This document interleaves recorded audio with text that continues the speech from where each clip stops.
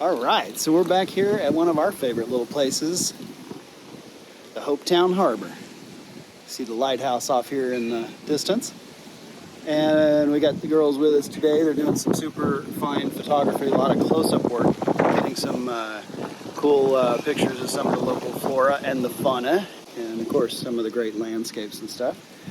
Just walking around, it's Sunday, so everything's closed, but we're having a good time. So, very windy. Say what? Try to get a mooring ball. Yeah, we went all the way around out here trying to find something to get onto, and we grabbed one, and then we got cussed out by some people, so ended up not actually managing to find ourselves a mooring ball this time around, but that's okay. We got a great little anchor spot, but we're going to have to move because the wind's going to switch 180 degrees tomorrow, and we're going to jump from 15 to 20 to 20 to 30 type of winds, and so a lot less fun. So we might try either Little Harbor, I don't know, what are you thinking, babe? Either Little Harbor or maybe Guana, not sure. Yeah, maybe. It's just somewhere protective. Yeah, someplace protected. We'll let you guys know what happens.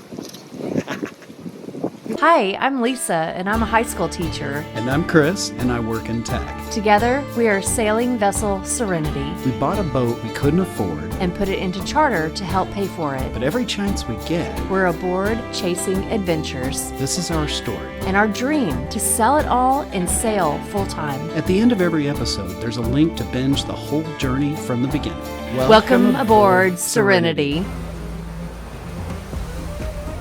We didn't spend much time in Hopetown since everything was closed, being Sunday. No mooring ball, no protected harbor, so we needed to find somewhere to ride out the impending storm. We got up in the morning and headed immediately for Little Harbor. The seas were pretty rough on the way south, but everyone aboard was in pretty good high spirits.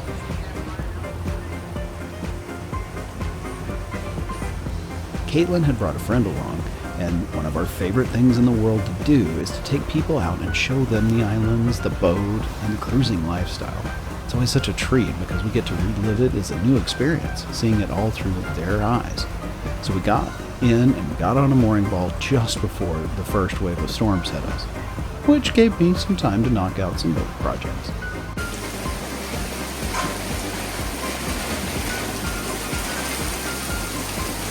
So we just literally switched from a south wind to a north wind and getting some crazy rain. We knew it was coming. It happened a little bit later than we thought it was going to.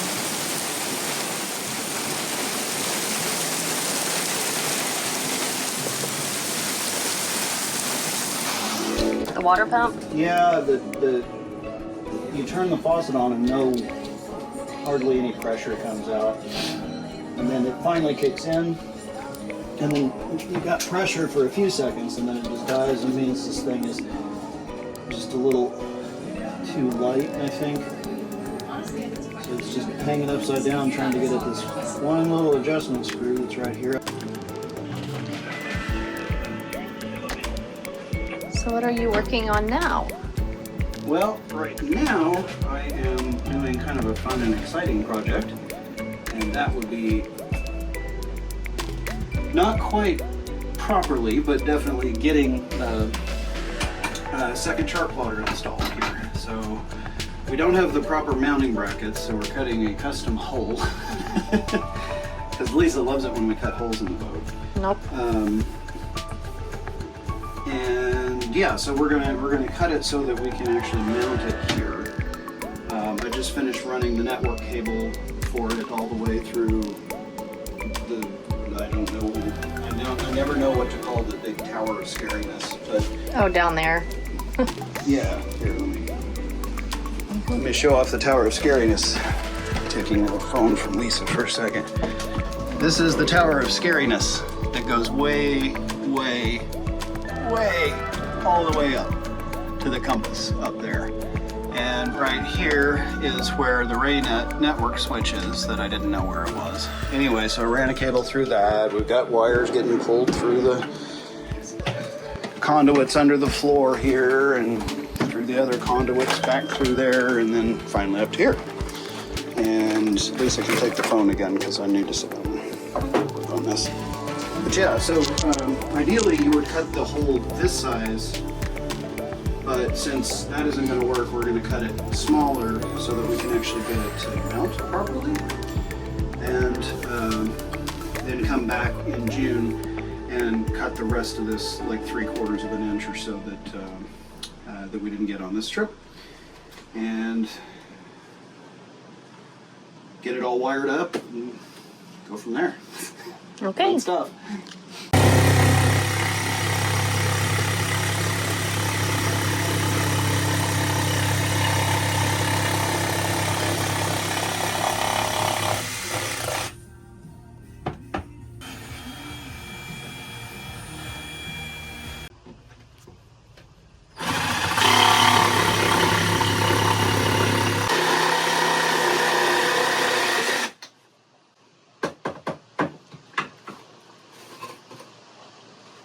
Lisa loves it when we cut holes in the boat.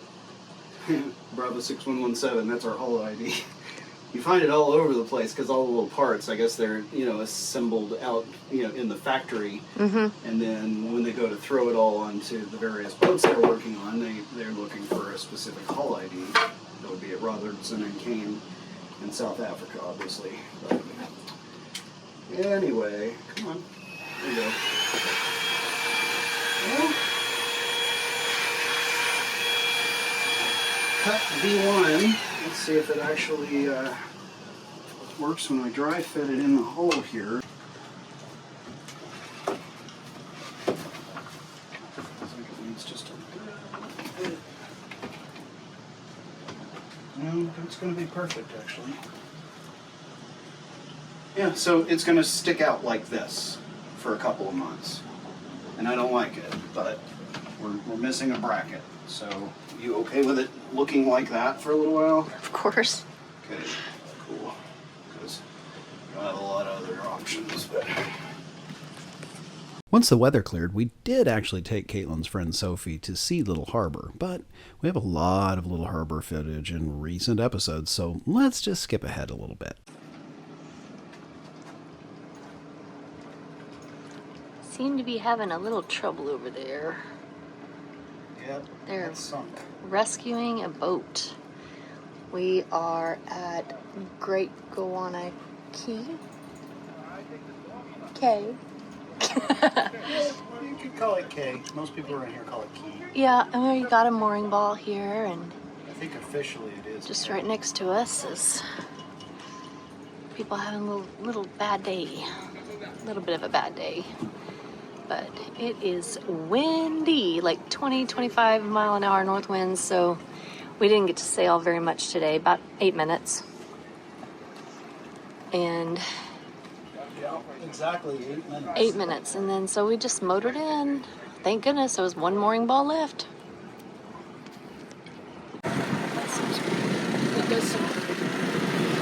So we're at Great Guana Cay right now, and we're moored right next to this boat that She's going down. is going down.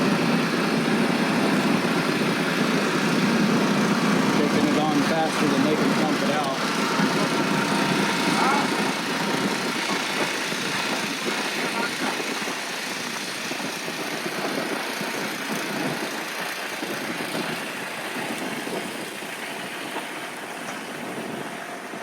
Sad day. 42-footer.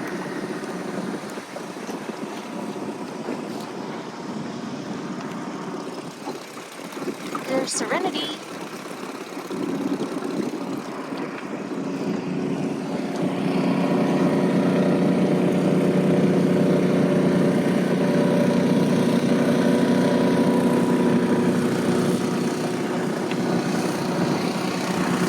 Now they got both pumps going at once. This is a recurring nightmare for us. A local told us that this boat got chartered bareboat, aka a credit card captain. They drove it right out of the marina and into the wildlife area and ran it straight aground on a reef. Then they got on their dinghy and went back to base and tried to hop in a taxi and head to the airport to go home without even talking to the police. Fortunately, Cruise Abaco checks out every credit card captain and makes them all do a checkout run to prove that they are capable, and no one charters from them without 4 ASA boat and sailing certifications. Anyway, we hung out at Grabbers and watched the sunset and then headed back to the boat to fix dinner.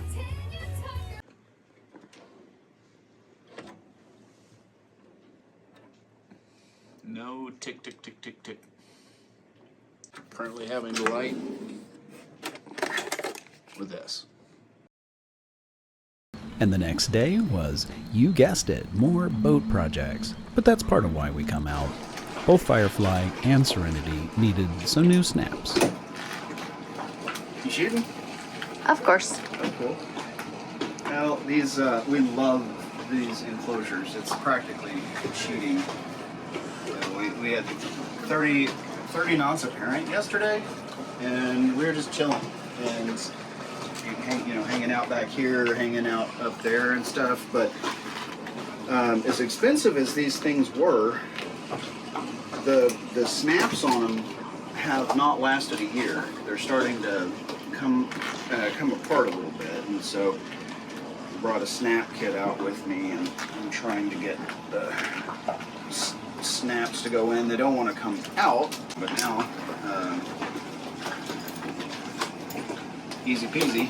These were getting so hard to do anything with. Snap, unsnap, move them around just if you're rolling it up to kind of get them out of the way so you can get some breeze. They're just apart, but like that, if you come in a little bit, you can see that's an old one right there that's kind of funky and rusted, and this are bits and pieces that were popping off, but that's new and that's old. So anyway, that's what we're doing. Lisa just did some laundry. Kids are out here doing a little bit of scrubby on the dinghy. Little slave labor. Indentured servitude. It's looking good.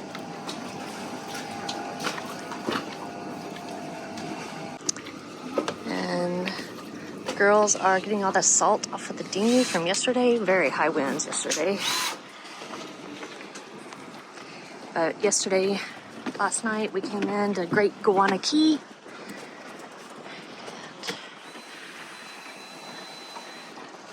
We've got our bean bags, got our loungers. Sun's out, low winds.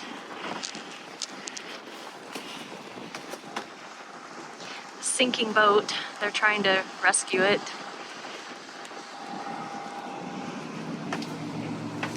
It's where we hang out in the afternoons, in the evenings rather. This is where Chris and I cook and clean up, and the girls' bedrooms are down there in their bathrooms. And then our bedroom is down here. Sorry, the messy bed. Our bathroom. Anyway, I know several of you have asked for a little quick tour, so I thought I would give you one. Home station, you've seen pictures of that. And then where we hail from. So the Serenity sticker we are going to try to get on the front of the boat where it says 42. We're going to try to get that off, and it will have Serenity logo.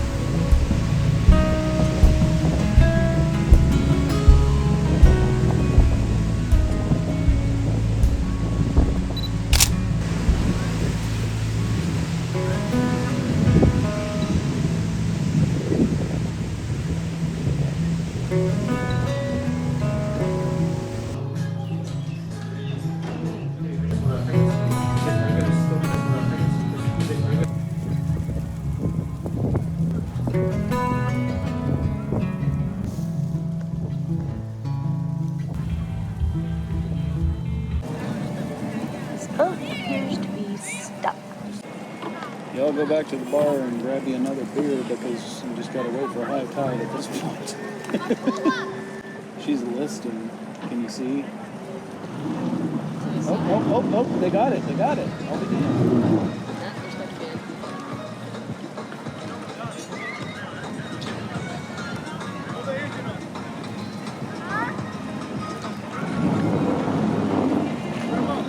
Another 8 inches.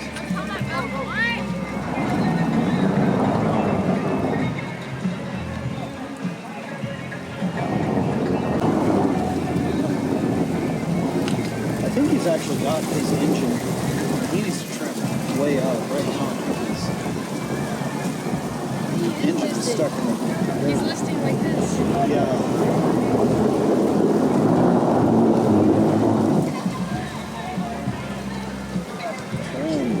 Trim. There you go, big guy. He needs to get that Ford engine out. There you go. Now hit it.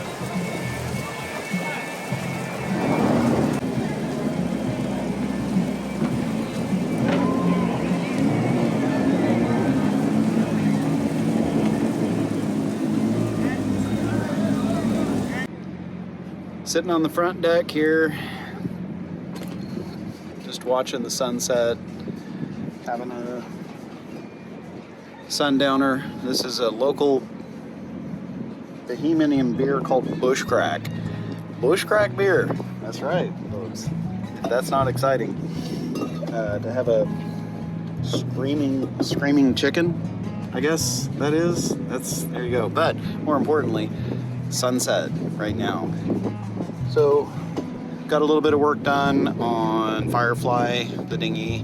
Got a little bit of work done on Serenity today, snaps, as you saw. But it's been a good week full of lots of, really good projects out here. Taking care of things like the extra chart plotter, but just a bunch of little fun things that we've been able to do, and a whole lot of projects knocked out at the same time. And that's kind of the important thing, right, is that we're balancing. And then taking a moment for things like this. Gorgeous sunset here in Great Guana Cay. We do like this place, nippers, grabbers, and now there's also Kids Cove, which we hung out for a little while at today. So new bar and grill, which is not a grill yet, but they're coming soon, probably in the next week or so. This is March the 19th, and he said within 2 weeks they're going to be serving some authentic Bahamian type of food coming up really soon. So I'll be excited about our next trip coming out here and checking that out. Bahamian sunset right here in Great Guana Cay.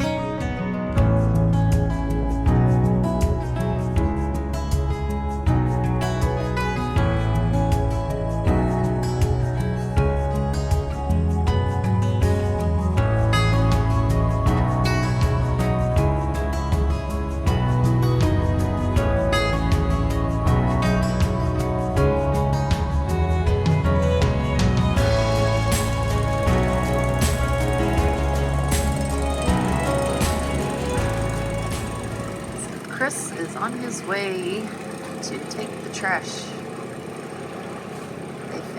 We found out where it goes, so he's taking it this morning.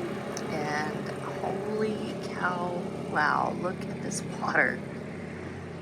Compared to our 15 to 25 mile an hour winds this week, it is glass out here.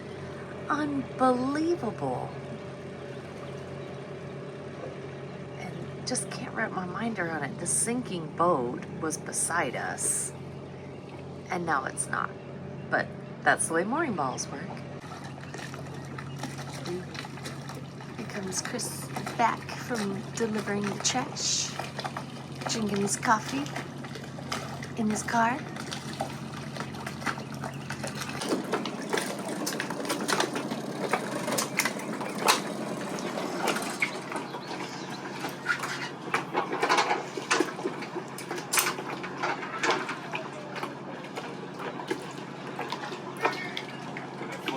Around. that other East Marine patch.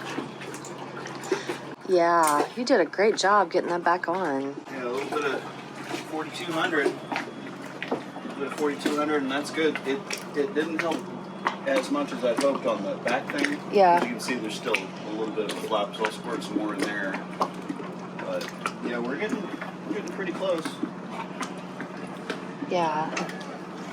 The East Marine logo was trying to escape.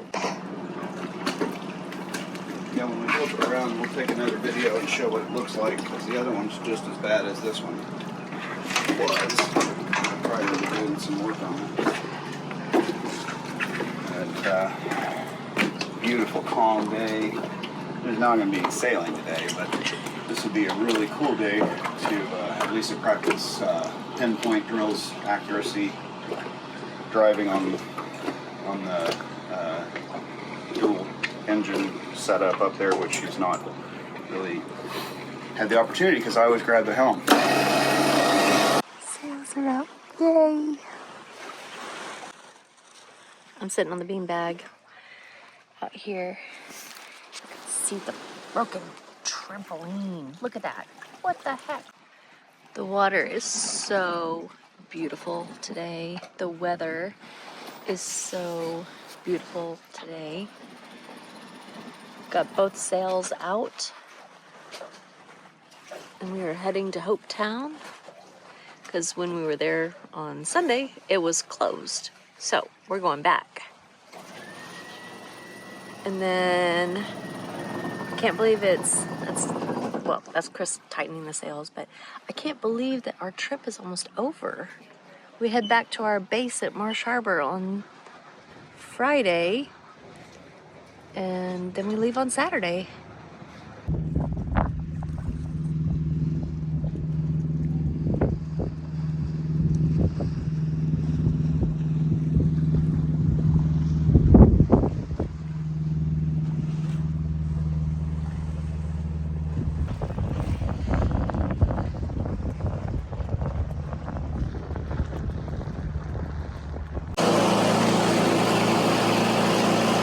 We are entering into Hopetown, and look, there's a purple house. That purple house is mine. Everything is so colorful here. It's so pretty. We're on the dinghy, heading into Hopetown. There's the lighthouse. We're on anchor. We didn't try to get a mooring ball out here at all because it is always so full.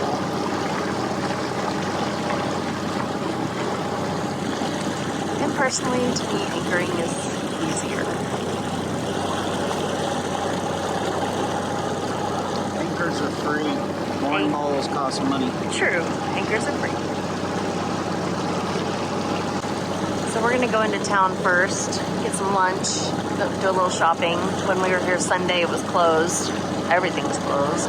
But everything should be open today. And then we'll go over to the lighthouse and do some exploring there. If you've been following along with us for a while, you've seen us explore this unique lighthouse a few times before, going all the way back to 2022, which for you would actually be episode 10, which from your perspective was just a dozen or so episodes ago, which we released in June of 2025. Yeah, our timeline had to get a little bit weird so that we could have enough content to show you once we started releasing episodes, but we were also here a year prior for the 2024 spring break. A couple of episodes ago, when we released chapter 19 of our story. So here is a fun side-by-side clip of both episode 19 and episode 10, back side-by-side to show you before and after the big paint job happened there. Anyway, like I stated before, having Sophie along gave us the chance to see it again as though it were our first time. Elbow Key's Lighthouse, a little bit of history here. So rising above the turquoise water of the Abaco Islands, the Elbow Cay Lighthouse stands as a timeless sentinel of Bohemian heritage. Located on the island of Elbow Cay, near the village of Hopetown, this iconic red and white striped tower has guided mariners since 1864. Once we were hanging out in Green Turtle Key, which is about 30 miles north west of Hopetown. And we ran across a place that's called the Wrecking Tree. And we started asking around about it because it's really interesting. It was also a restaurant, but there is an actual tree there. But from us poking around and asking, we learned a little bit more history about the lighthouse on Elbow Key. Apparently it was not always beloved by everyone, because when the British Imperial Lighthouse Service first began building it in the early 1860s, there were a lot of residents of Hopetown on Elbow Key that were protesting it fiercely. The reason? Much like in Green Turtle Key, wrecking the salvage of goods that comes from wrecked ships was a major source of income for the locals. And at the time, an average of 1 ship per month was wrecking on the reefs near Hopetown. And locals feared that the lighthouse would reduce shipwrecks, which of course it did. They knew it would threaten their livelihoods. And the opposition wasn't just verbal. Some residents actively sabotaged the construction.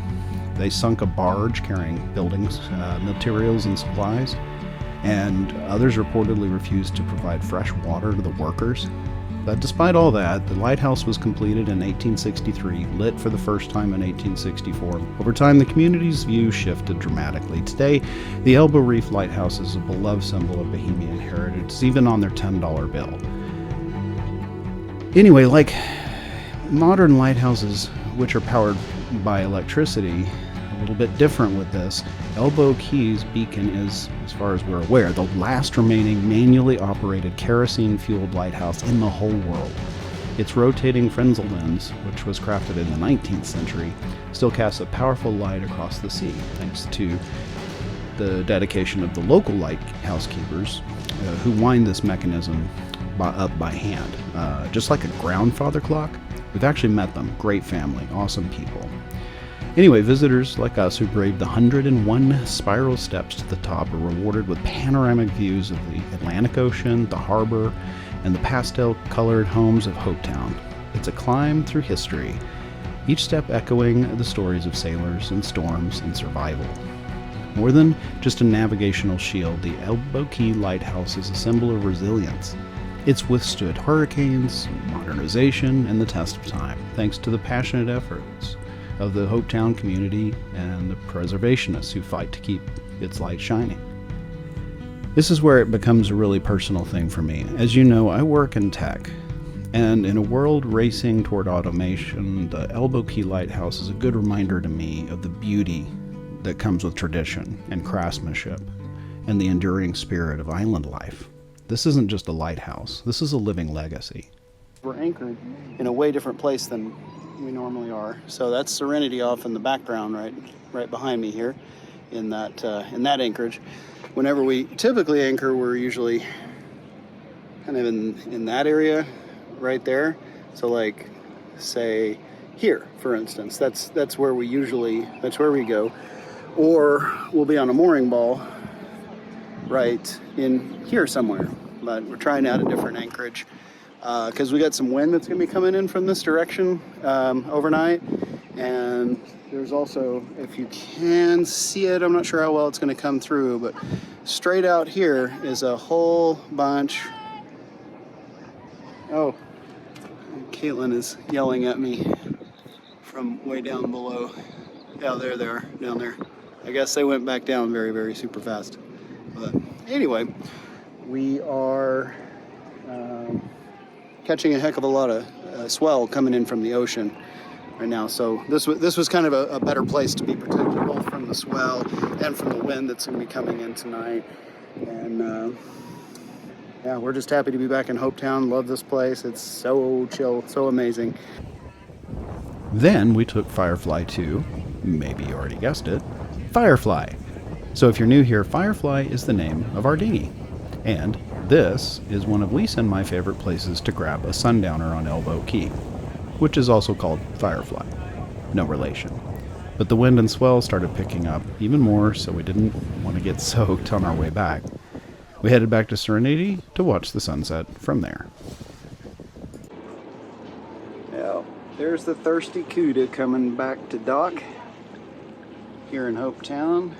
She's been down at Tahiti Beach all day serving up drinks and fried conch fritters and all the other good stuff that they do there.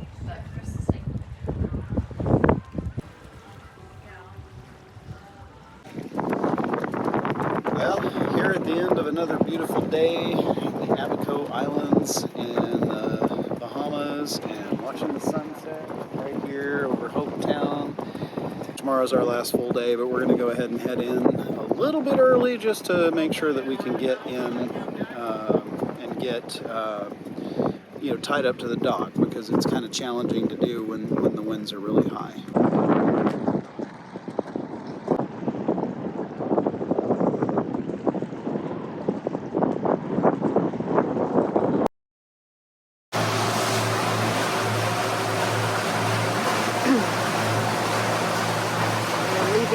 Hopetown, heading back to Abaco Resort, where our boat lives. It's quite wavy and windy out again today. Thank goodness yesterday was nice. But we gotta go to the fuel dock, fuel up. We also had a couple of last-minute boat projects and some damage that we needed to document. And then, while pulling the chip out of the back of the chart plotter, the micro SD card fell into the abyss of the Tower of Scariness, the one we showed you earlier. I crawled up in there, down into the bilge. Sophie volunteered to as well. Even Lorenzo from Aquamarine, who unarguably knows leopards better than anyone in the Bahamas, came over with his apprentice and searched for an hour. It was gone. So we'd need to rush ship another one over before the next charter guests were to arrive so that they would have charts. C'est la vie, I suppose. Anyway, that's going to be about it for this one, folks. Thank you so much for watching our story. We'll see you next time.